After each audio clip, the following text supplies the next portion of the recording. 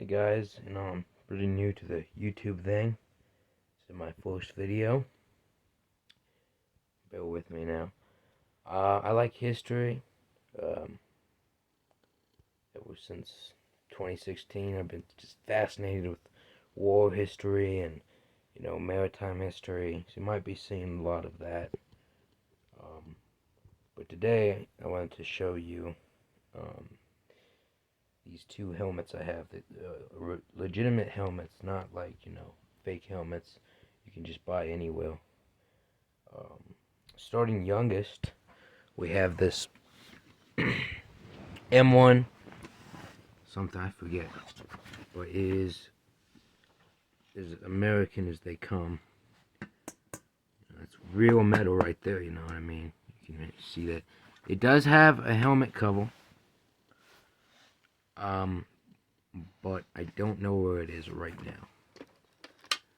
So, anyways, in the wall, this would actually be, I don't know why I have it this way, but this would be on top, or this would be in the back of the helmet. Hang on. Alright, I'm back. I put the helmet the way it was supposed to be. So this is how they had it. Now, there was a rumor in the war that having your chin strap would like kill you when it comes to like mines or like a mortar round, for instance. That would kill you. So they didn't.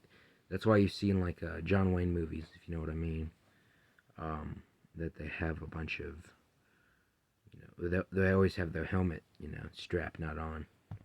Which, if you ask me, is pretty stupid.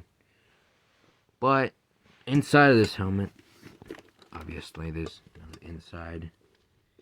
You can see in there, you guys know what I mean. And then pop this off, and this comes off. Hang on, let me take it off. Another helmet inside of a helmet is what it has inside of it. This is really the thing. You could tell it was from the Vietnam era, because this would probably be metal.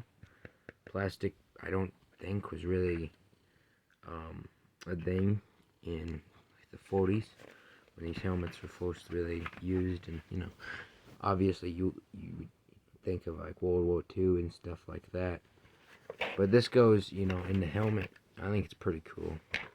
It fits me, so it's obviously not like 100 years like what I'm about to show you, which is pretty damn cool if I do say so myself. Anyways, as we're moving on, we have this. We have this Doughboy helmet from World War One. Is the story I've been given. I'm not entirely sure, but what I have been able to research is these things were real. They were distributed in World War One.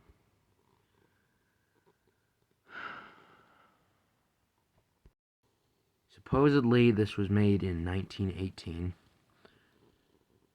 And it was, obviously, the war ended in 1918, so it was never used in service. And funny enough, I've been to many, museums, and they show these things, and they're all rusted. Obviously, the war gets to them. But this one is a real one. It's never been used, ever. It's just, rusted away. It hasn't rusted away, my bad. It's the paint has fallen off over time. I try not to touch it with human skin, but for the purpose of this video, I will, because I don't really have gloves.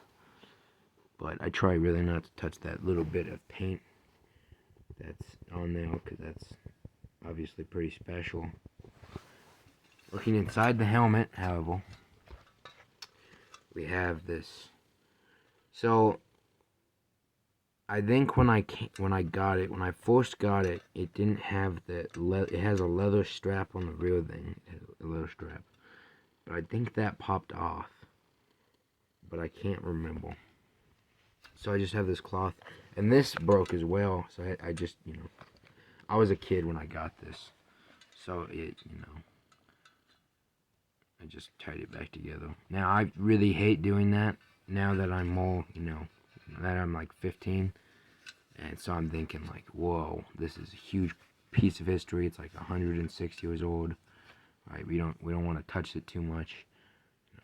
This could be worth something later along the line. We have this worn out leather because it's been there for like it's probably been in a crate for a really long time, but never used. The Belgians apparently have had a lot of helmets over the years, but I'm assuming the British made these for it. And what's amazing is this and this. Okay. Well, this would obviously, that's more circular, so But the thing is, what I always find so fascinating about it is that it is really small. So, I can't fit it. It doesn't fit on me. It might fit on a kid, because people back then were obviously smaller. I'm going to put it on to show you guys what I mean. As you can see, it's not. It doesn't really fit, even if I put on the strap. It doesn't really fit, does it? It pops off my forehead.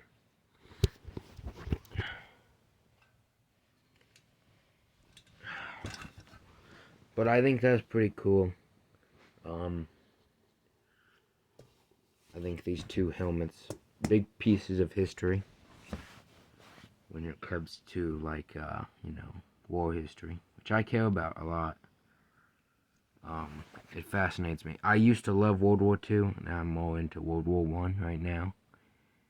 I love maritime history, so you might see a lot of that if I can replicate it. I don't know what to do.